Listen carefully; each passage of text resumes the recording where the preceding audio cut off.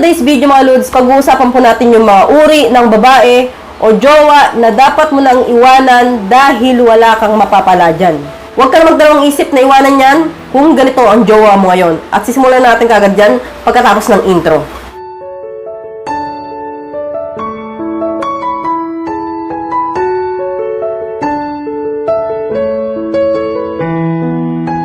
So, unang katangian ng babae na dapat nyo nang iwanan, kung ganito ang jowa mo ngayon, hiwalayan mo na yan, iwasan mo na yan. Hindi ka niyan totoong mahal, number 1. Halos hinihingi lahat sa'yo. So, sa madaling salita, sa'yo na umaasa para mabuhay. So, may mga ganitong klase na babae, marami po ako naririnig. Lalong-lalo na kung ang karelasyon nila, mas may edad sa kanila. So, pwede rin na kasing edad lang yan, depende po sa panlamukha ng babae. So, lalong-lalo na kung single mom yan. Karamihan, gumagawa na ito single mom. So, sorry, pero ayan po ang totoo. So, siguro, matindi yung pangangailangan ng mga to, no? Meron kasi mga single mom na talagang iniwan ng asawa, walang suporta yung mga anak. Yung talagang sumama sa iba yung lalaki, no? Para sa ibang babae. Tapos, pinabayaan yung mga anak. So, kaya may mga single mom talaga na ganito. Sobrang, alam mo na, ang lakas mamiga, no? Magjojowa yan para may makain lang, para mabuhay yung mga anak niya. So, although alam nila na mali, ginagawa pa rin nila kasi nga, practical yung isip nila. Pero kasi sa akin, Lods, na nag-comment dito, awang-awa ako nung nabasa ko yung, yung comment niya. Sabi niya, so halos lahat daw hiningi sa kanya ng jowa niya, tanghalian, hapunan, birthday ng anak niya, load, yung mga ganon, lahat hinihingi na lang sa kanya. So, siya naman, bigay siya ng bigay. Kasi nga, naaawa siya. Siguro, tinatablan siya ng awa. Kasi nga, siguro, itong jowa niya, mahal naman niya, no? At saka mas bata sa kanya, kasi siya may edad, eh. Pero, binibigay niya lahat ng pangangailangan. So, hindi niya alam, yung ganitong klase ng babae, pera lang ang habol sa'yo. Tandaan niyo, Lods, kayong mga lalaki, kapag ganito po yung jowa ninyo ngayon, humihingi sa'yo ng kahit na anong bagay, no? Walang humihingi sa'yo, nagsabi talaga sa'yo. O kaya, kahit nangungutang, yung iba kasi dinadaan sa utang, tapos di na babayaran, di ba? Kasi, ikaw naman, jowa mo yan, siyempre, mahiya ka na maningil. So, hindi mo na pababayaran. Basta, paulit-ulit ko po sasabihin sa inyo, kapag ka nanghihingi, iwanan nyo na yan. Kasi yung ganyang babae, hindi ganyan mahal. Kailangan ka lang yan, kasi nga, meron ka, no? At saka may nahuhutot siya sa'yo. Katulad nga po lagi ng paulit-ulit kong sinasabi sa mga vlogs ko, kapag mahal ka talaga ng isang babae, mahihiya yan manghingi sa'yo ng kahit na ano. So, depende na lang kung matagal-tagal na kayo, yung talagang kilala nyo ng isa't isa, yung talagang nagtutulungan na kayo, yung binibigyan mo siya, binibigyan ka niya, yung ganon. So, okay yun. Pero kung ang babae, lalo na kung bago pa lang kayo, kahit sabi mo ilang buwan na kayo at talagang parehong hingi, no? Tapos nagpapa-jer-jer naman sa'yo pero nanghihingi. So, i-red flag nyo na yung mga ganitong babae, Lods. Kasi nga, sila po yung babae na talagang wala ka namang mapapala, no? Hindi seryoso sa'yo. Darating yung araw na iiwan ka rin yan kapag ka nakakita siya ng much better sa'yo. At proceed na nga po tayo sa number 2. Babaeng sobrang taas ng ego. So, may jowa bang ganito, Lods, na ang hilig mapag-agrumento sa'yo. Yung talagang hindi napapatalo kapag nag-aaway kayo, ang taas ng boses. Tapos kapag kahit alam niyang mali siya, hindi man na nagsasorry. Sobrang taas ng ego. Yung parang doon siya laging tama at ikaw lagi yung mali. Tapos kapag tatanungin mo lang, sobrang iksi ng pasyensya, naninigaw na agad. Yung parang ayaw nilang tinatanong mo siya.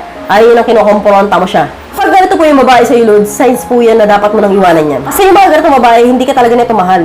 At hindi ka magiging masaya na kasama yan. Puro stress at sakit lang ang ulang bibigay sa inyo, Lods. Ang babaeng talagang mahal ka, Lods, kung maaari, no, kahit mali yan, mag-sorry yan eh. Kung maaari yan, ayaw kayong nag-aaway niyan. At kung maaari, magpapakumbabayan kapag nag-aaway kayo, no? Yung talagang hindi siya may pag-argumento sa'yo kung maaari. Siguro sasagot sa'yo, pero katamtaman lang. Hindi yung katulad na gato na sobrang taas ng ego. At nag-sorry, syempre. Kapag makita ka ng isang babae, kunwari ngayon, maputak ngayon, minura ka, galit na galit sa'yo. Pagkalipas ng ilang oras, lalamig ulo niya, mag-sorry sa'yo yan. Sasabihin niya, sorry sa mga nasabi ko. Hindi ko sinasadya, galit ako. Yung mga tipong ganun, kapag kaganyan ng babae, talagang mahal ka niyan. Kasi nga, nag-sorry. Pero kapag ang babae, bahala ka sa buhay mo, wala akong pakialam sa'yo, kahit magalit ka sa akin, wala akong pakialam. Kapag ganyan ang jowa mo, Lods, huwag kang maghinayang dyan, iwanan mo na yan, wala akong mapapala dyan, no? At saka hindi mag-work yung relationship ninyo. At proceed na nga po tayo sa number 3. Di consistent ang pakikipag-communicate niya sa'yo. So, ibig sabihin ko po dito, Lods, hindi ka araw-araw kinakamusta. So, hindi araw-araw sa'yo nag-shot, hindi araw-araw sa'yo tumatawag. So, hindi mo araw-araw nakipagkwentuhan. Yung talagang, may pagkwento lang siguro sa'yo once a week, twice a week. Kung hindi mo i-shot, hindi rin mag-reply. Yung mga tipong gano'n, yung talagang tipid na tipid lang yung pinag-uusapan ninyo. So, hindi niya kwento yung mga nangyayari sa buhay niya araw-araw. So, hindi kanya ina-update. So, kapag ganito po yung babae, Lods, kapag ganito po yung jowa ninyo, iwalan mo na yan. Kasi nga, hindi kanya totoong mahal. hindi yan seryoso sa'yo. Ito po isang signs na ang isang babae ay walang pakialam sa'yo at hindi kanya totoong mahal. So, bakit ka nga nang magtitiis sa mga ganitong babae na kailangan mo mamalimos ng oras at magmamahal sa kanya, di ba? So, let her go. And then, maghanap ka talaga ng babaeng deserve ng pagmamahal mo. At proceed na nga po tayo sa number 4. Napupunta or tumatambay sa bar, no? Kunyari, Paradise Point, yung mga ganito, o kaya Video Okay Bar, yung may mga inuman, tapos inaabot ng magdamag doon. So, ito po ay hindi maganda sa isang babae, Lods. Kapag ganito po yung jowa mo ngayon, maniwala ka sa akin, Lods, isang araw, lulukoyin ka niyan. Kasi nga, hindi ito matinong babae. So, hindi po normal or hindi po matino ang isang babae kung napupunta sa mga ganitong bar. Kahit nasabihin mo na puro babae pa ang kasama niyan. Kung talagang gusto ninyo, Lods, ng seryosong relasyon, yung talagang wala kang iniisip, hindi ka magdududa, yung talagang meron kang peace of mind kapag inasawa mo yan, wag na wag po kayong pipili ng ganitong klaseng jowa. Kasi nga, guguluhin lang lagi na ito ang isip mo, no? So, lagi ka lang magkiselos, lagi ka lang magdududa, tapos magsisimula po ng away yan, aawayin mo siya, and then, kapag nagalit siya, tototohanin niya yung bintang mo sa kanya. So, proceed na po tayo sa number 5. Naninigarilyo at palainom ng alak. So, kahit sabihin na po natin na katamtaman lang siyang manigarilyo, katamtaman lang uminom ng alak, wag na wag pa rin kayong pipili ng ganitong klaseng babae. Kasi po, hindi po siya talaga para sa'yo. Hindi siya talaga magiging seryoso sa relasyon ninyo. So, yung mga ganito pong babae, ito po ay signs na isang babae na hindi marunong magseryoso sa relasyon. So, sila po yung babae na easy to get. At sila po yung babae na hindi dapat seryosohin. So, gusto mo ba, Lods, na nagtatrabaho ka, minimum na nga lang ang sahod mo, bibili pa ng yosi ng asawa mo. Ibibili pa ng alak ng asawa mo. Napakahirap na ng buhay. Tapos, magijowa at mag-aasawa pa lang ganito. Diba?